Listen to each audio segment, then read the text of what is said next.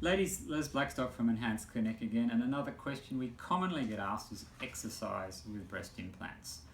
A couple of things to talk about here. Exercise can mean different things for different people.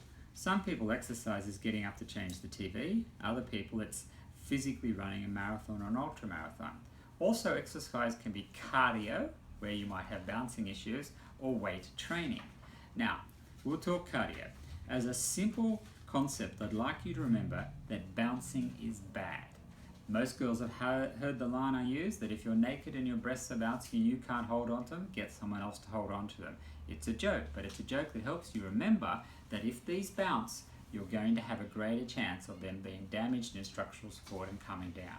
So it doesn't matter if you go above or below the muscle, make sure those breasts are very well supported. Double bras, crop tops, triple support is a very good thing.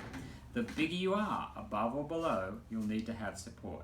Now there is obviously less support if you go above, so a greater chance of sagging. You'll see my videos on the 20-year-old versus the 45-year-old, so it's not certain you'll sag, but if you are above, your need to support is even greater. Now if you're under muscle, you have less need to support, but it's going to be a longer time for you to get back to activity.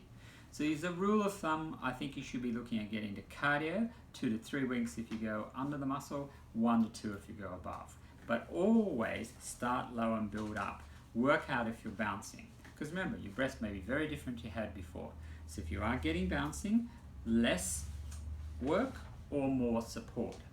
As you get more time, you'll tolerate, your body will perform more support and you'll be able to do more and more.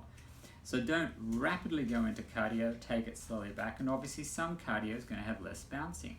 So if you're used to running, maybe hopping on a stationary bike. Rowing's not a great idea because we're using a lot of upper muscle. Swimming, it's there to wound care. So as your wounds are healed, usually the 2 to 3 week mark, then you can get in water. Remember, different types of water. If you know your backyard pool is clean and beautifully maintained, you'll be good to get in. A public pool may not be guaranteed, so you may have a greater chance. If you've got open wounds, you don't swim. Now, then we've talked further about weights. Now, if you're a person who wants to maintain their muscle integrity, you may have well gone above the muscle.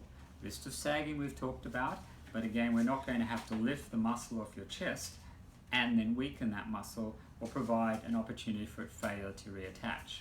So under the muscle, usually it's 6 to 8 weeks before we get to back chest work. You can work your legs, your butt, your arms, tummy, but if the chest is straining, let's leave it for a while.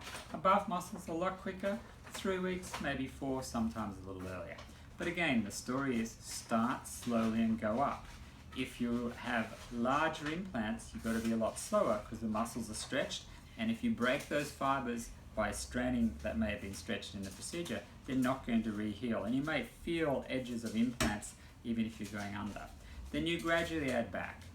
A secret of success here is to train the chest aggressively before the surgery.